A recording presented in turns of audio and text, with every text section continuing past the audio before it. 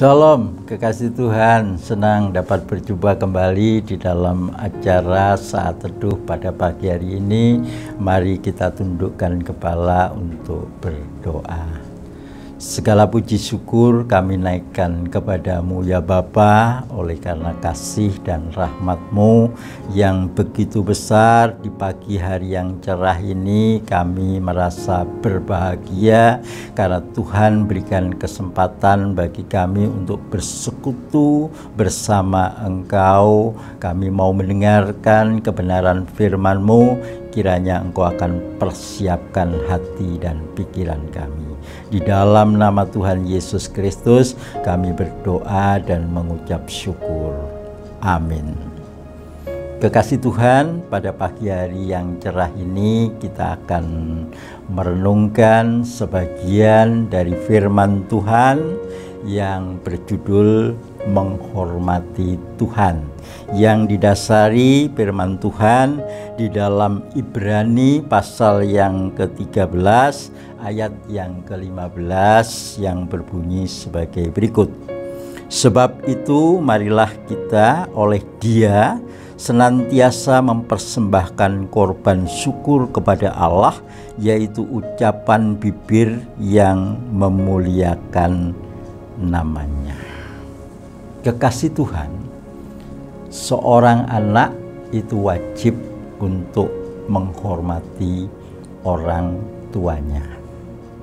Orang tua itu bukan merasa senang kalau diberi hadiah-hadiah yang banyak.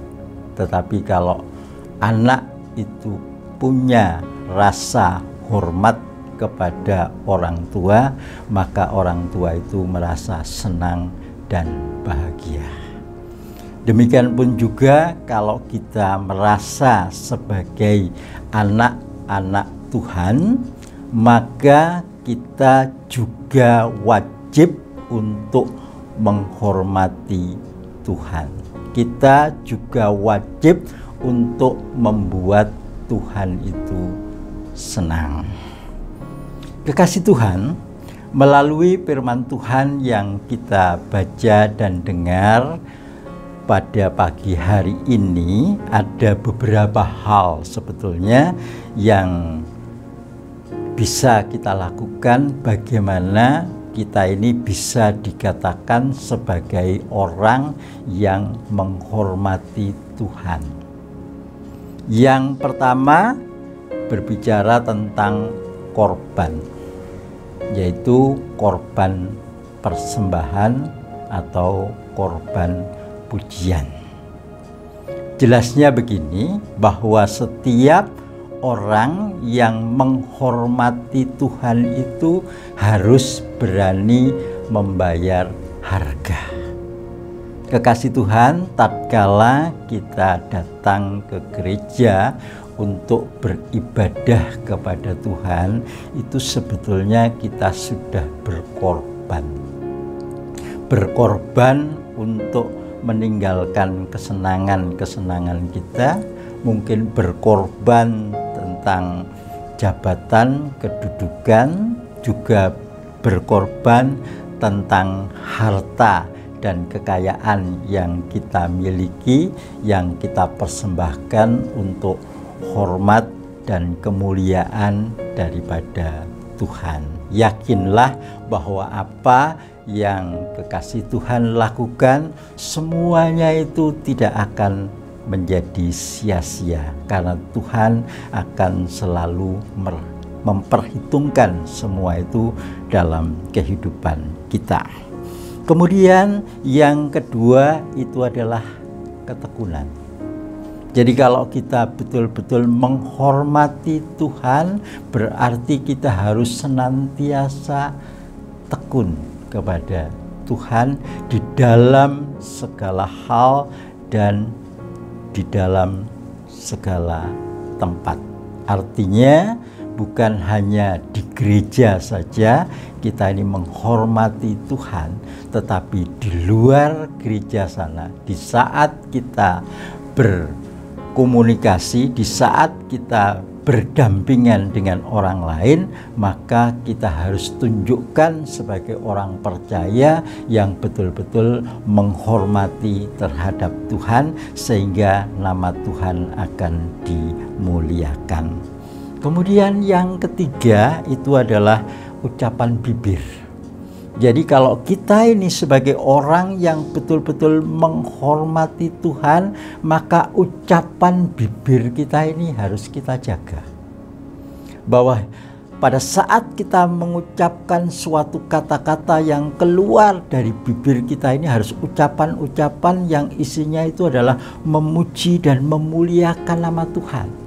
Jangan sampai kita mengaku sebagai orang yang percaya kepada Tuhan, tetapi kata-kata yang keluar dari mulut kita itu adalah kata-kata yang kotor, kata-kata yang jorok. Kalau itu yang terjadi di dalam kehidupan kita, itu merupakan suatu bentuk bahwa kita ini tidak menghormati Tuhan.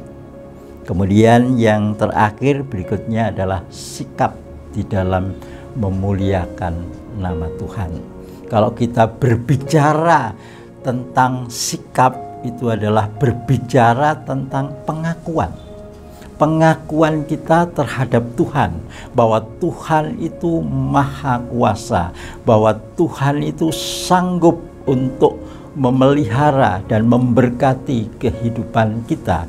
Oleh karena itu kita harus berani mengatakan kepada orang lain atau menyaksikan kebenaran Allah itu kepada orang lain. Artinya bahwa kita sebagai orang-orang percaya itu tidak boleh malu untuk menyaksikan tentang kebenaran daripada Tuhan, di mana ada firman Tuhan yang mengatakan, kalau engkau malu menyatakan kepada umat manusia, maka aku pun juga akan malu mengatakan di depan Bapakku di surga.